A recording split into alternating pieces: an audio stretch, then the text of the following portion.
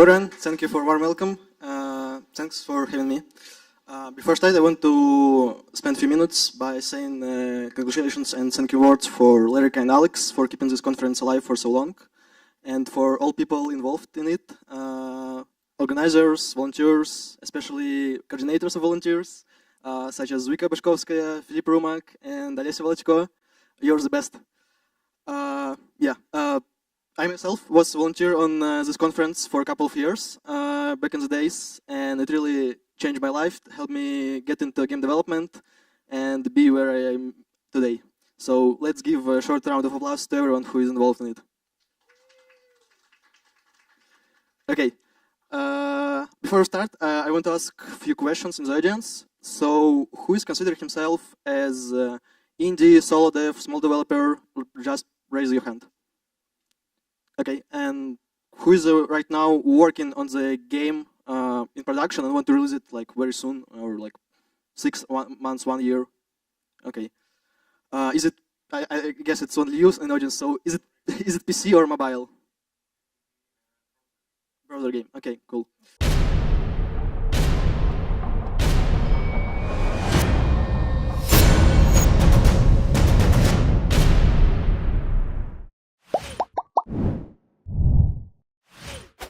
So let's start then.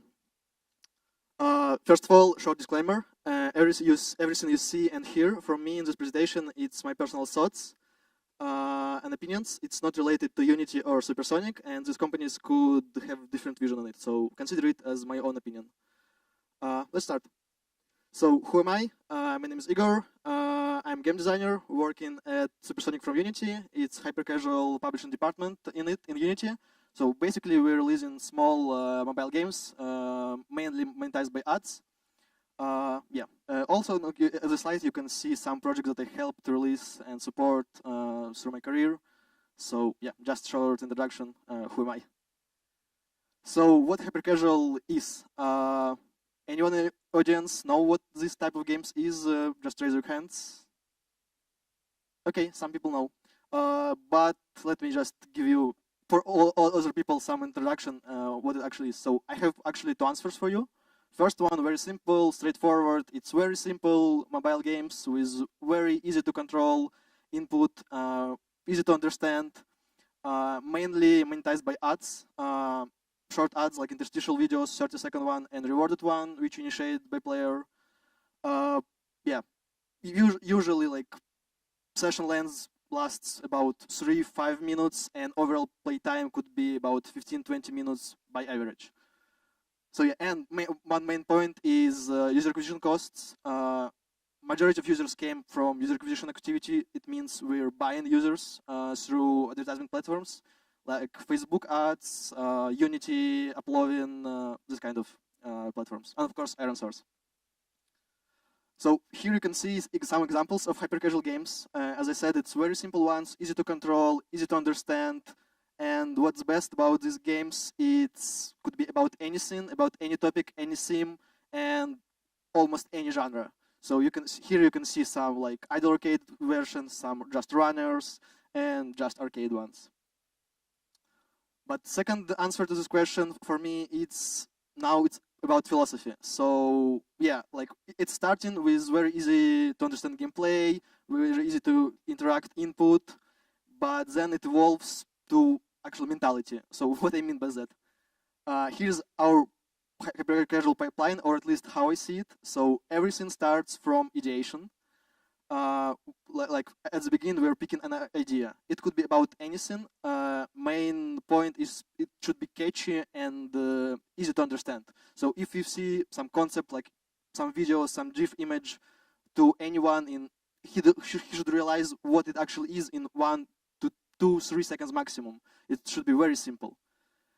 Then it's all about prototyping and production costs. So usually we're spending about a week, 2 week maximum to create some playable prototype and test it.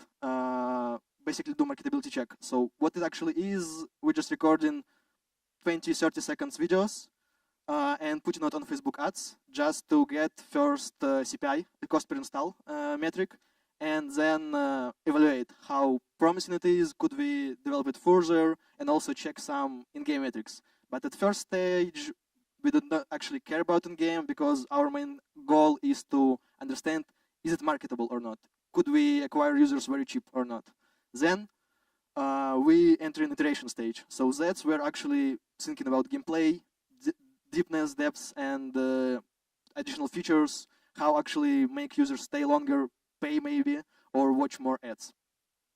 And slowly after that, we are moving to A/B test stage. So basically, we are just like testing different concepts, different balance values, maybe sometimes different input schemes or something like that. So being more experimental and trying to understand how we can drastically increase our in-game metrics. And after this, it's almost like all done, and we are going to full-scale user acquisition mode. So it means we're secured our metrics, we understand that the game is profitable, players still spend enough time there, so we're starting marketing campaigns and increasing our user acquisition budgets. Just to give you introduction, like a better idea what actual budget for user acquisition is, it starts from usually $1,000 and can skyrocket it to 5 million easily if we see that concept still like living and the users still playing and it doesn't, I would say, stagnate over time. Okay, let's move further. By talking to a lot of people and working in this industry for a couple of years, I noticed that there are a lot of hatred or at least misunderstanding of hyper-casual. And to give you better understanding what it actually is and isn't, let's take a look on brief history of it. So it all started in 2013, when Flappy Bird was released. It was a huge success for the developer. It was one of the first simple mobile games with ads, and on peak it grows about $50,000 a day. And then developer, for some reason, decided to delete it and like lost the success. But it inspired a lot of people in the industry and raised interest in it. And slowly, I would say in a few years, around 2015, 2016, first two hyper-casual giants was born. I'm telling about companies like Ketchup and Voodoo. It was like founding fathers of hyper-casual industry, I would say. So in 2016, Ubisoft acquires Ketchup, and few years after, Goldman Sachs invest $200 million in Voodoo, which was a huge success for them and huge market for the industry itself, that it's could be bigger, and yeah, big people like with a lot of money start looking into it. So we're entering golden age of hyper-casual, I would say. It's like post-COVID explosion and highest eCPM era. Anyone in the audience know what eCPM is? Okay, so it's a product metric which means like efficient cost per mile. So basically, it's how much money you're making from 1,000 users you acquire. So basically, it's a metric for understanding how profitable your product are, and it has a lot of parameters and values in it. But basically, at the time, it was all-time high, and everything was great for anyone in hyper-casual.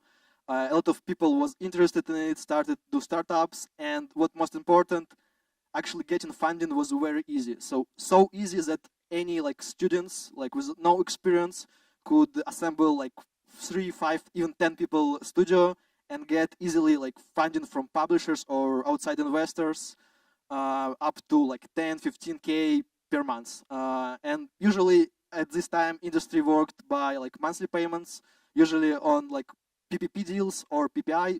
PPP is like prototype. Basically, we are paid developers per month or per prototype. It means how many prototypes you can do. We will pay you fixed amount.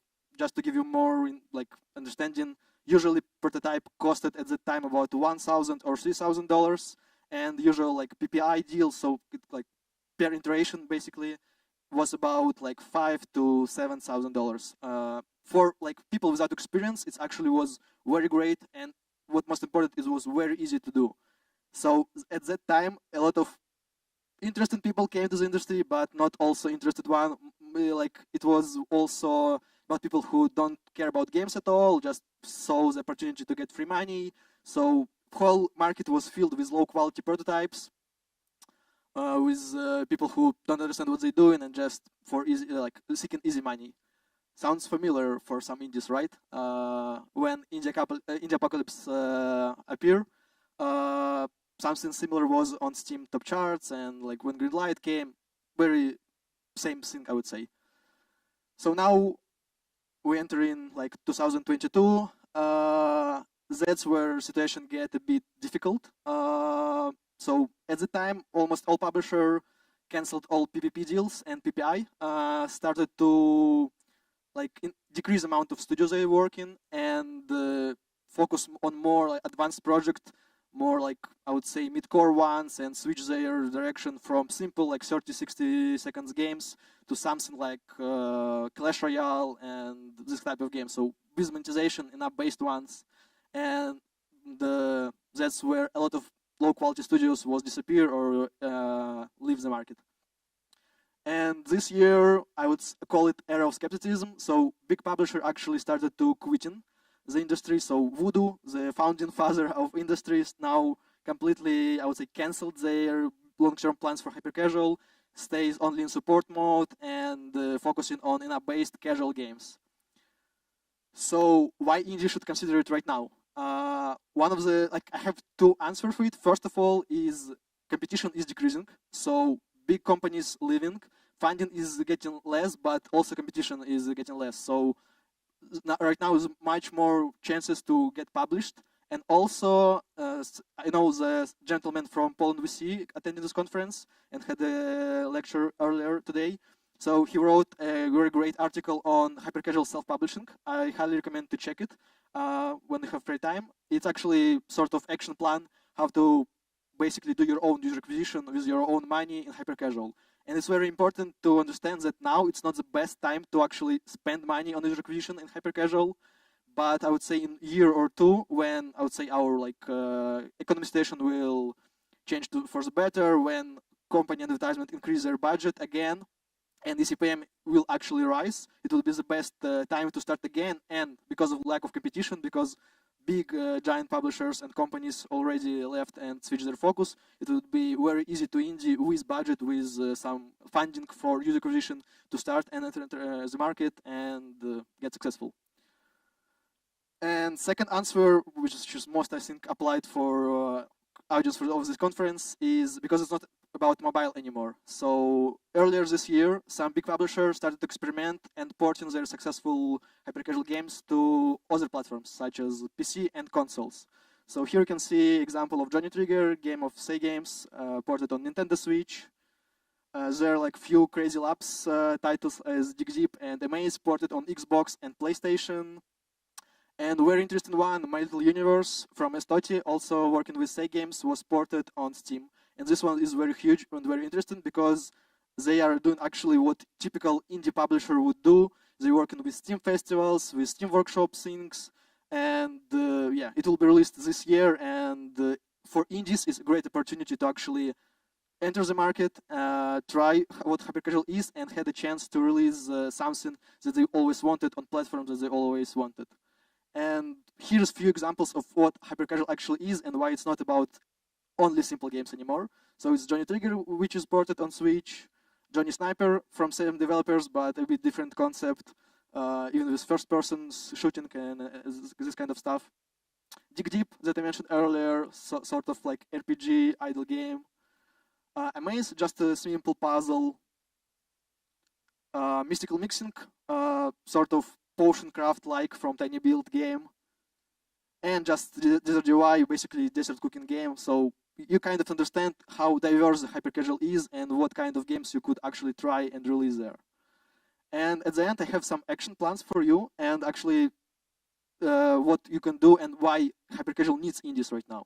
So first of all, I want to mention like very great examples of indie games, such as Loop Hero, Dead Cells, Getting Over It, Night in the Woods, Return to Obra Dinn, and Disco Elysium. All these games had very deep gameplay, very engaging, and make users to spend a lot of time there.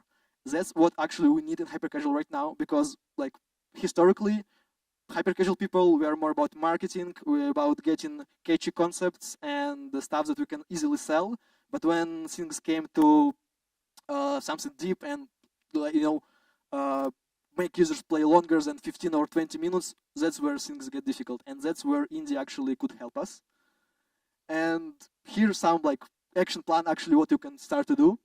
So pick interesting theme for you. It could be anything about anything. The main idea is you should find something that you're really passionate about, because I saw a lot of companies and studios that just did games about everything, not caring about theme topic, just trying to, get easy funding and just do work as conveyor. It doesn't work like that.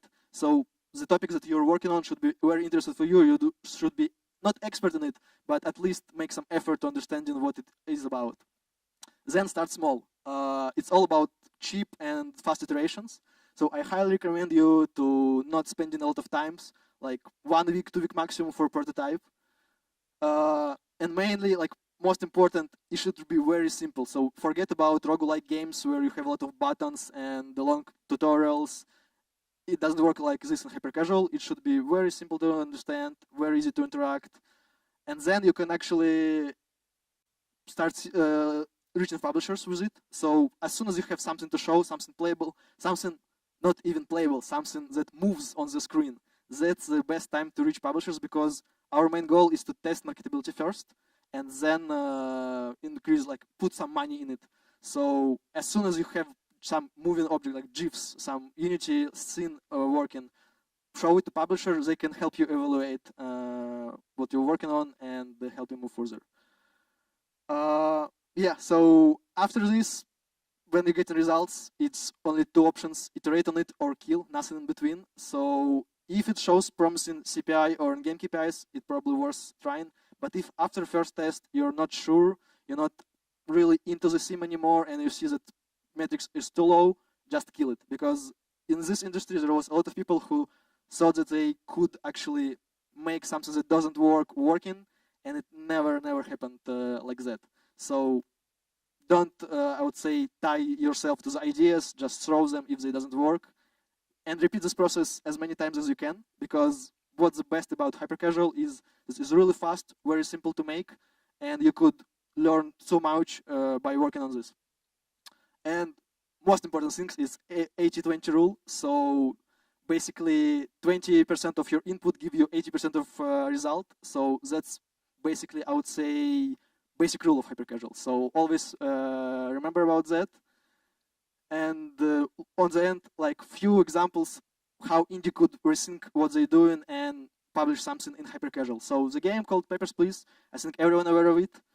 And there was few successful titles in hyper-casual with very simple concept and mechanics, just a bit resynced in different ways. So something about airport security, something about clubs and entering people in, and something about like courts, sessions, and like crime and like yeah, people who got arrested.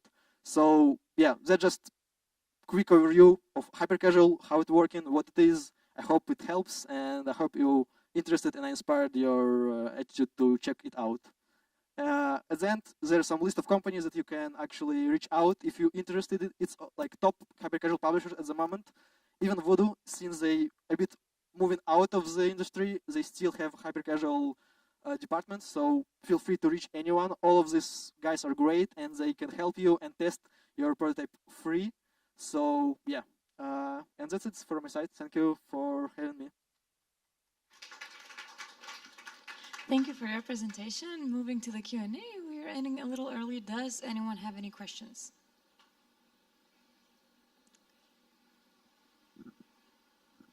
Can you briefly describe the difference between hyper-casuals and casual games? What's the difference? Sure. So mainly casual games, it's more about long user sessions, long play sessions, and their main monetization is all about in-app purchases. So it means that since like the beginning of the development, developers are actually thinking about, okay, what we could sell in these games, how deep economy should be, how deep user experience should be. Hyper-casual is completely opposite. We don't think about in-apps at all at the beginning. All we do is how to sell it to the more, like mass appealing audience. So it means like at the beginning we don't care how long player will spend there. We care about is it could be like sold to, like not sold, but shown to millions of people or not. That's the main difference, I would say. Sure. That's actually how industry evolving right now. So as soon as we enter this like recession stage where ECPMs were like a bit lower now, everyone from this slide, previous slide with companies, they started to rethink what they could do, and they started to add in-app purchases, try meta mechanics, and something that could generate in-app money in hyper-casual games. And for example, guys like Voodoo, it actually worked. So yeah, they had a lot of games in their portfolio that it worked and helped them grow the revenue. So yeah, and that's the best thing about hyper-casual. You can start small and then evolve in something much bigger. Thank you. Are there any more questions? All right, as you think, I also have a question. Why do you think people choose hyper-casual games over not-so-casual, very complicated story play games? I can say for all people, but me personally, I like the diversity and fast iterations. So I work in hyper-casual for about 5 years, and during this time, I had like hundreds, if not thousands of prototypes. I tried a lot of projects in different genres, and the most important thing, it's all about data. All our decisions based on data, and it means you see, like, you want to test something, you don't argue with your colleagues, you just iterate it, because it's very fast and very simple to implement, and then you see actual answer. So I guess it was the main reason why people who stick in hyper-casual stick in it. Diversity and data-driven approach. Okay, do you think the hyper-casual market is a little limited by now? I would say yes and no. So yeah, competition was high and still high, but since big publishers are changing their vision and moving to more hybrid and casual games, that actually more place for indies and small studios to actually start and enter the market. And I would say, as I said earlier, in 1-2 years, when ECPM became as it was like 2 years ago, it would be a great place for small studios to do self-publishing stuff, and yeah. All right, thank you. Are there really no more questions from the audience? Oh. Hello. I haven't played that many hyper-casual games, but I've noticed something with most of the ones that I experienced is it seems it's kind of most studios would just use it as a gimmick to throw a lot of ads in your face. So the quality of the games aren't that. I've seen some good hyper-casuals, but mostly it seems like they just do whatever, kind of nothing against you, but like you said, something moves on the screen. And they're like, game is done, and here's a ton of ads in your face. So is that really necessary, or like they just go after as much profit they can make out of it and they throw it away and go to the next thing? Or like... Yeah, great question, thanks for it. Yes and no. So basically, there are two types of publishers in hyper-casual, I would say. First one, as like you mentioned, they don't care about games at all, and they just work as like marketing machine, drawing like money in something that work. And this type of games with very like big amount of ads and with short delays between it, they don't live long. So like few months and then they die. For games like say games releases like Johnny Trigger, Johnny Sniper, My Little Universe, it's completely different story. I still consider it as hyper-casual because it's all start with like simple concepts that everyone can understand and very low user acquisition costs. But then they sort of balancing like amount of ads and time between it in order to maximize player engagement and play time. So there are rooms for everyone. You could do like really like bad quality games with a big amount of ads in it, or you can work something deeper and more, I would say, interesting and quality-wise. So yeah.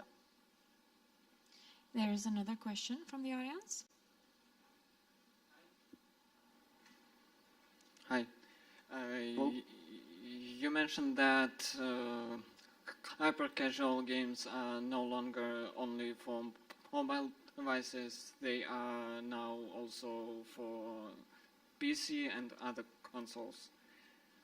I see how it's going with Nintendo Switch. The console is portable, it's easy to grab it and go and play wherever you want. But as I see, PC or big consoles like Xbox and PlayStation, well, his audience is more hardcore, I would say. So how do you make hardcore audience play hyper casual games? Are they successful there? 'Cause Good point. Thanks for the question. So first of all, hyper casual is not about hardcore at all. So we're not trying to like acquire hardcore players. That's quite opposite. We want to as much people as it possibly could happen to play our game. So our audience is like people from 1 year old to like 99 years old. So it means we should adapt it for as much people as we can. And hardcore users usually not applied for this criteria. It's first of all very small chunk of audience, and they play completely different type of games. So, and what most important, not every type of game could be ported on PC and consoles, obviously, because their input, first of all, they could be not deep enough, and their input could be not very like portable. You know, main games that was ported is like with joystick controls or some puzzle ones. I can't imagine how simple runners could be ported and successful on consoles. So yeah, like not every game could be ported, and not all hardcore players will enjoy it. So yeah, we're not trying to acquire them basically. Thanks for this question. Thank you. I believe I saw another hand there. Hello. Hi. You mentioned during the presentation that you don't need previous experience to get into hyper-casual games. However, if you have no previous experience, where do you start? Like, what kind of tools, what kind of skills do you need to acquire to actually like start creating hyper-casual games? Just simple understanding of Unity development, like knowing how engine works, and ability to get something movable would be enough for start. And then you need to like get more information or like instructions how to do some advanced topic. But start is very easy. I mean, you can test the game without the game. So you just record some video in the Unity editor that shows idea of what you want to achieve. Then you get information like metrics from the marketing on how your concept is performing on Facebook or other networks. And then you sort of can evaluate, okay, is it something promising? Could I work longer on it and make it better and deeper or not? So yeah, if you don't have any experience, it's not a problem. If you know Unity, it's best thing that could happen to you, and yeah, just do as many games as you can.